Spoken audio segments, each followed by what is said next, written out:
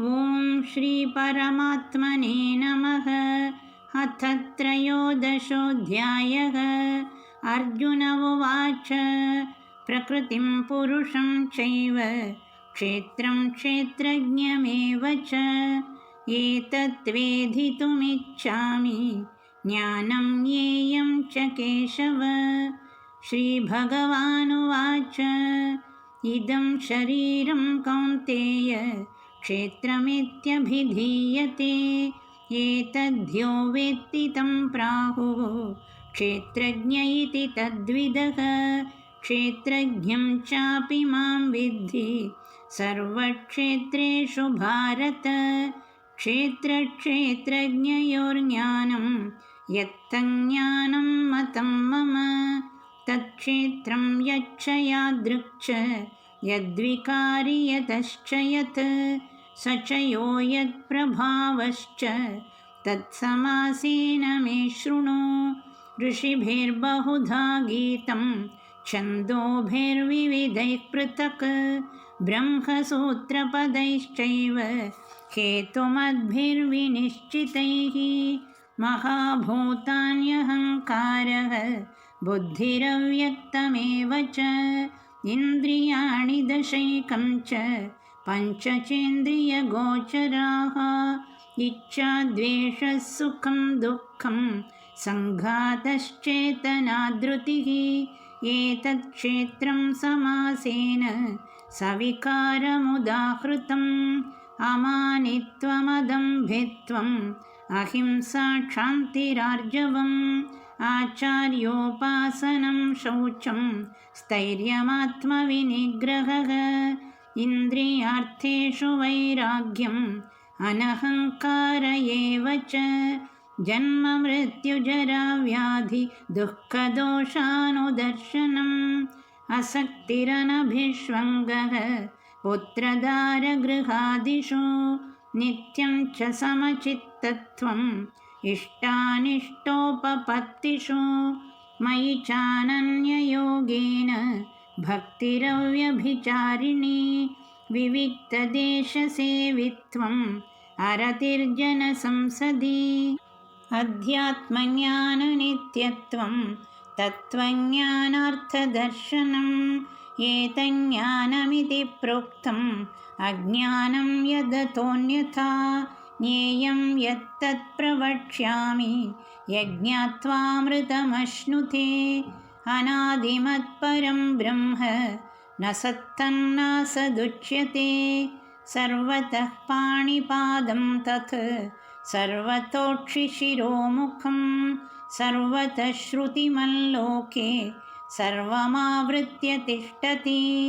सर्वेन्द्रियगुणाभासं सर्वेन्द्रियविवर्जितम् असक्तं सर्वभृक्षैव निर्गुणं गुणभोक्तृ च बहिरन्तश्च भूतानाम् अचरं चरमेव च सूक्ष्मत्वात् तद्विज्ञेयं दूरस्थं चान्तिके च तत् अविभक्तं च भूतेषु विभक्तमिव च स्थितं भूतभर्तृ च तज्ज्ञेयं ग्रसिष्णुप्रभविष्णु च ज्योतिषामपि तज्ज्योतिः तमसः परमुच्यते।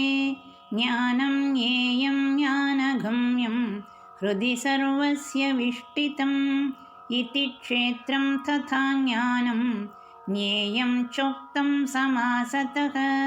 मद्भक्त एतद्विज्ञाय मद्भावायोपपद्यते प्रकृतिं पुरुषं चैव विध्यनादि उभावपि विकारांश्च गुणांश्चैव विद्धि प्रकृतिसम्भवान्।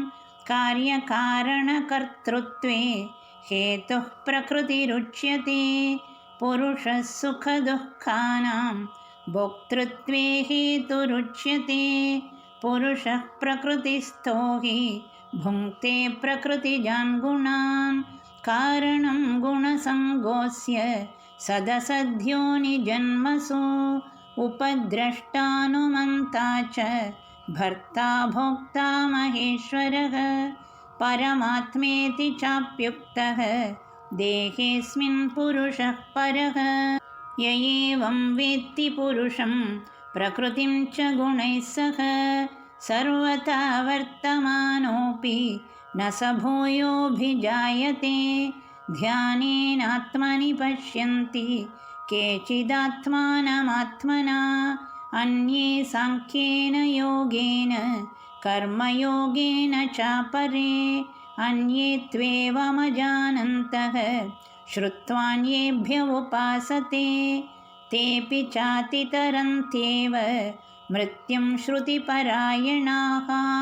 यावत् सञ्जायते किञ्चित् सत्त्वं स्थावरजङ्गमं क्षेत्रक्षेत्रज्ञसंयोगात् तद्विद्धि भरतर्षभ। समं सर्वेषु भूतेषु तिष्ठन्तं परमेश्वरं विनश्यत् स्वविनश्यन्तं यः पश्यति स पश्यति। समं पश्यन् हि सर्वत्र समवस्थितमीश्वरं न हि नस्त्यात्मनात्मानं ततो याति परां गतिं। प्रकृत्यैव च कर्माणि क्रियमाणानि सर्वशः यः पश्यति तथात्मानम् अकर्तारं स पश्यति। यदा भूतपृथग्भावम् एकस्तमनुपश्यति तत एव च विस्तारं ब्रह्म सम्पद्यते। तदा अनादित्वान् निर्गुणत्वात् परमात्मायमव्ययः शरीरस्थोऽपि कौन्तेय न करोति न लिप्यते।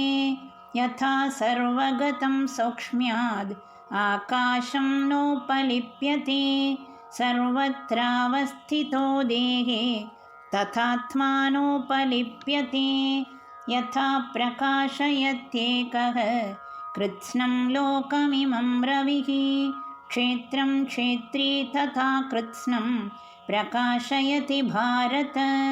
क्षेत्रक्षेत्रज्ञयोरेवम् अन्तरं ज्ञानचक्षुषा भूतप्रकृतिमोक्षं च ये विदुर्यान्ति ते परम्।